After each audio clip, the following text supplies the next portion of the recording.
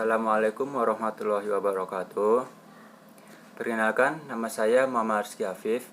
Di sini saya akan mempresentasikan hasil dari ketiga bab TA saya yang berjudul Perancangan Sistem Informasi Penjualan Parfum pada Toko Gucci Perfumery berbasis web.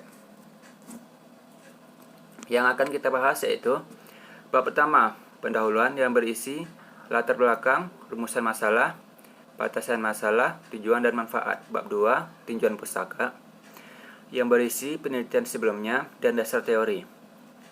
Yang maksudnya adalah bab 3, metode penyelesaian, yang berisi subjek dan objek penelitian, alat dan bahan penelitian, teknik pengumpulan data. Bab pertama, pendahuluan. Latar belakang.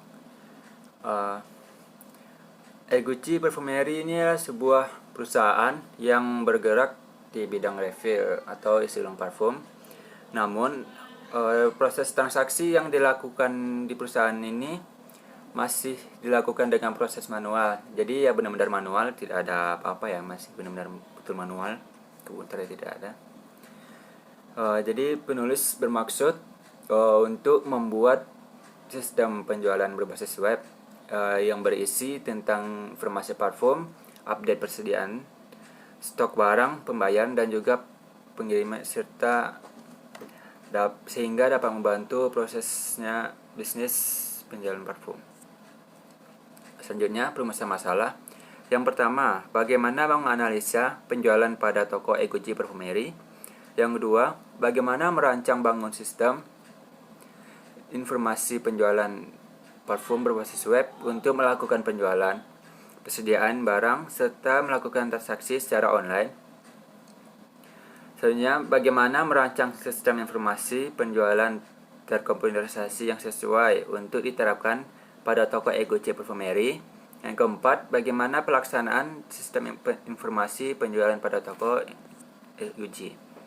Selanjutnya ada batasan masalah. Yang pertama yaitu hanya membahas sistem informasi penjualan mengenai produk, harga, dan sebagainya. Yang kedua, informasi disediakan hanya berupa informasi tentang toko Gucci Perfumery. Yang ketiga, memperluas area pemasaran dan pertambahan pembeli pada toko Gucci Perfumery. Yang keempat, hanya membuat sebuah aplikasi ini menggunakan localhost, jadi tidak menggunakan domain. Selanjutnya adalah tujuan penelitian. Yang pertama itu untuk mengetahui bagaimana menganalisa penjualan pada toko Gucci. Yang kedua, untuk melakukan penjualan, persediaan barang serta melakukan transaksi secara online. Yang ketiga, untuk mengetahui bagaimana cara memperluas area pemasaran dan pertambahan pembeli pada toko Gucci. Yang keempat, untuk mengetahui dampak sistem informasi penjualan pada toko Gucci. Selanjutnya adalah manfaat. Adapun di sini ada dua manfaat. Yang pertama bagi perusahaan dan kedua bagi konsumen. Bagi perusahaan, pertama dapat membantu dalam peningkatan strategi penjualan parfum.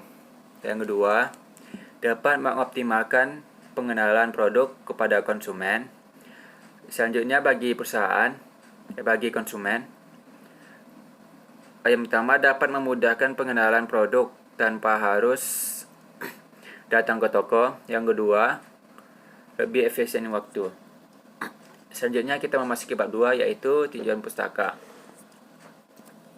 Di bab 2 ini yang pertama kita bahas adalah penelitian sebelumnya. Judul yang akan kita bandingkan pertama adalah Sistem Informasi Penjualan Parfum Berbasis E-commerce. Perbandingannya itu, metode yang digunakan ialah pengembangan sistem, sedangkan peneliti hanya menggunakan metode observasi. Selain observasi, ada juga mengadakan tanya jawab atau wawancara, diskusi, dan konsultasi. Perbedaannya itu, aplikasi yang digunakan menggunakan model Canvas, sedangkan peneliti hanya menggunakan Visual Code Studio. Yang kedua yaitu rancang bangun sistem penjualan dan controlling stok parfum pada toko Raja Parfum. Perbandingannya itu metode penelitian yang digunakan adalah SDLC, sedangkan peneliti hanya menggunakan observasi. Perbedaannya itu salah satu tahap pengembangan menggunakan diagram berjenjang, sedangkan peneliti tidak menggunakan diagram seperti itu ya. Yang ketiga yaitu yang berjudul Sistem Informasi Penjualan Pewangi Pakaian berbasis website di toko parfum. Rika Utami Bangir. Perbandingan yaitu sistem informasi ini dibuat untuk penjualan pewangi pakaian, sedangkan peneliti enggak ya. Perusahaan yang peneliti teliti yaitu untuk pewangi badan gitu. Selanjutnya ada perbedaan. Salah satu sistem yang digunakan adalah framework Codal Gniter. Selanjutnya ada dasar teori. Yang pertama kita bahas teorinya, itu ada sistem, yaitu kumpulan dari bagian-bagian atau elemen-elemen yang saling terhubung satu sama lainnya untuk mencapai satu tujuan sama. Selanjutnya adalah informasi. Disimpulkan sebuah data yang telah diolah atau diorganisasikan menjadi suatu nilai yang dapat dipahami. Selanjutnya ada sistem informasi. Ialah sistem informasi merupakan suatu subsistem yang menyediakan informasi dalam pengambilan keputusan sah. Selanjutnya ada website. Sebuah web server yang berisikan dokumen-dokumen dalam format HTML yang ada kesan PP. Sebuah aplikasi yang menyediakan paket lengkap yang dijalankan sebuah web server. Selanjutnya ada Visual Code Studio. Visual Studio Code ini adalah sebuah text editor sumber gratis open source yang dikembangkan oleh Microsoft. Selanjutnya ada UML, salah satu alat bantu yang sangat handal dalam pengembangan sistem suatu objek. Ada beberapa alat bantu yang digunakan dalam perancangan UML. Yang pertama adalah use case diagram, untuk mengetahui fungsi apa saja yang ada di dalam sistem informasi. Dan ini adalah simbol-simbolnya dari use case diagram. Selanjutnya ada activity diagram, yaitu activity diagram menggambarkan workflow atau aliran kerja dari sebuah sistem. Dan ini adalah simbol-simbolnya, bisa kita lihat. Selanjutnya yaitu diagram urutan, menggambarkan kelakuan objek pada use case dengan mendeskripsikan waktu hidup objek. Dan ini adalah simbol-simbolnya ya.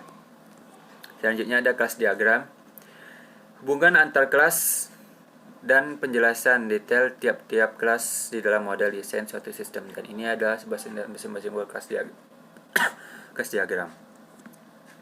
Selanjutnya ada MySQL, itu sintak perintah-perintah tertentu dalam bahasa program yang digunakan untuk mengolah atau suatu database. Desain sistem, sekumpulan komponen yang menggambarkan secara rinci sistem untuk menghasilkan produk perangkat yang sesuai dengan usia. Adapun beberapa alat bantu dari desain sistem ini, yaitu yang pertama adalah DVD atau data flow diagram. Alat bantu dalam menggambarkan atau menjelaskan sistem yang sedang berjalan logis. Dan ini adalah simbol-simbol dari DVD.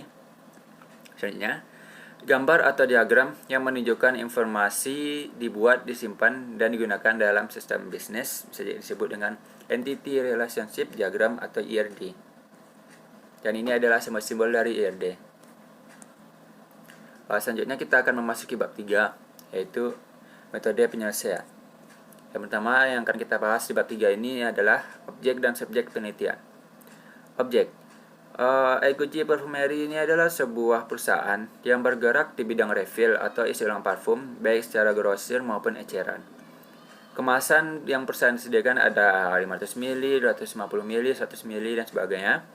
Perusahaan yang bergerak di bidang retail ini dikategorikan refill. Parfum ini sudah berdiri sejak tanggal 20 Oktober 2016 yang tidak nampak ya. Dan berikut di sampingnya adalah logo dari Egoji Perfumery ini. Selanjutnya adalah subjek. Di dalam subjek ini ada beberapa struktur yang terlibat dalam perusahaan, yaitu pertama ada pemilik usaha dan pegawai toko. Pemilik usaha ini bertugas untuk menjalankan dan mengelola bisnisnya, serta sebagai pengambilan keputusan untuk menghasilkan keuntungan yang berkelanjutan. Sehingga ada pegawai toko yang memiliki tugas untuk membantu pemilik, menyambut pelanggan, dan sebagainya, sekaligus untuk membantu administrasi di perusahaan tersebut. Selanjutnya ada bahan dan alat penelitian. Yang pertama adalah hardware. Perangkat yang digunakan oleh peneliti yaitu komputer model Asus, prosesor Intel Core i3 4130, CPU 3.40 GHz dengan memori 4 GB, perangkat penyimpan data flash disk dengan 16 GB dan hard disk 100 GB, dan software yang digunakan oleh peneliti yaitu ada Microsoft Word 2007, Microsoft Office 2013, Visio 2013, Visual Code Studio, dan XMPP. Oke, selanjutnya yaitu teknik pengumpulan data. Bisa kita lihat di sini adalah diagram alir dari teknik pengumpulan data yang peneliti lakukan. Dalam memperoleh data pada penelitian Egochi Perfumery, yang pertama yang dilakukan dalam pengumpulan data yaitu ada observasi. Observasi ini adalah teknik pengambilan data yang langsung datang ke lapangan dengan mengambil data-data atau mencatat data-data yang diperlukan. Selain teknik observasi, peneliti juga melakukan pengumpulan data informasi dengan mengadakan tanya jawab atau wawancara, selanjutnya diskusi dan konsultasi. Yang di diskusi ini, di sini peneliti melakukan bincang-bincang dengan setelah tanya jawab. Peneliti melakukan perbincangan dengan hal yang terlibat yang ada, orang-orang yang terlibat yang ada di perusahaan peneliti tersebut yang diteliti. Selanjutnya yang konsultasi. Di sini peneliti melakukan saling menukar informasi untuk mencari tahu data-data yang akan peneliti yang akan diteliti.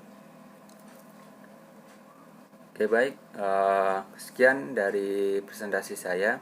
Apabila ada kesalahan kata atau pengucapan yang kurang mengenakan, saya mohon maaf.